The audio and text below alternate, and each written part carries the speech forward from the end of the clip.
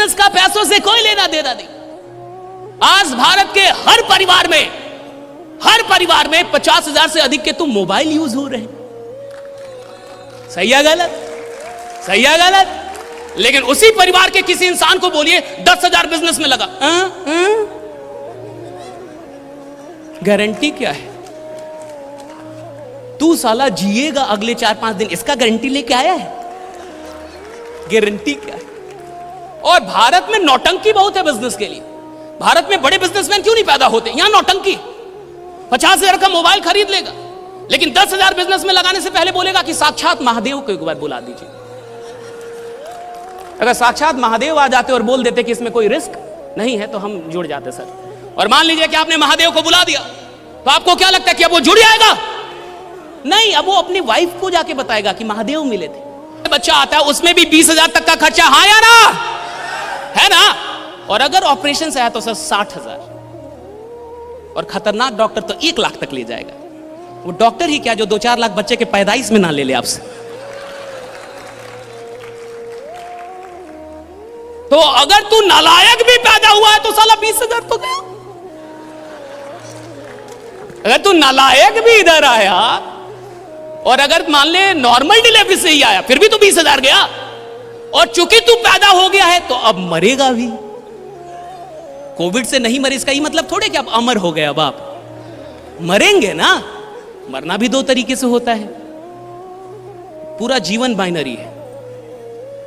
एक लकड़ी से जला के, और आजकल टाइम भी कम है तो इलेक्ट्रिसिटी से लोग कहते हैं कि जल्दी जलिए, ऑफिस भी जाना है।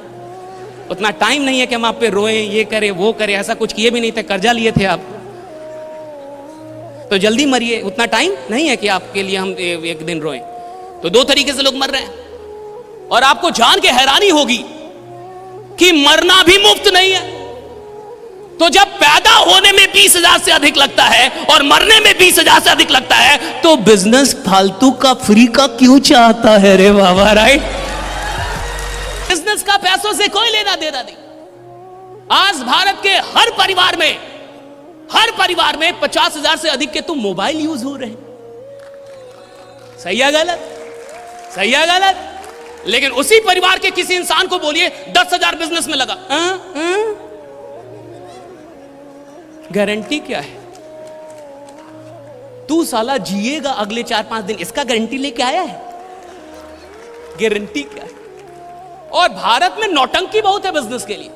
भारत में बड़े बिजनेसमैन क्यों नहीं पैदा होते? यहां नौटंकी। 50,000 का मोबाइल खरीद लेगा, लेकिन 10,000 बिजनेस में लगाने से पहले बोलेगा कि साक्षात महादेव को एक बार बुला दीजिए। अगर साक्षात महादेव आ जाते और बोल देते कि इसमें कोई रिस्क नहीं है तो हम जुड़ जाते सर। और मान लीजिए कि आपने महादेव को बुला दिया, तो आपको क्या लगता है कि अब वो जुड़ जाएगा? नहीं, अब वो अपनी वाइफ को जाके बताएगा कि महादेव मिले थे। बच्चा आता है, उसमें भी 20,000 तक का खर्चा, हाँ या ना?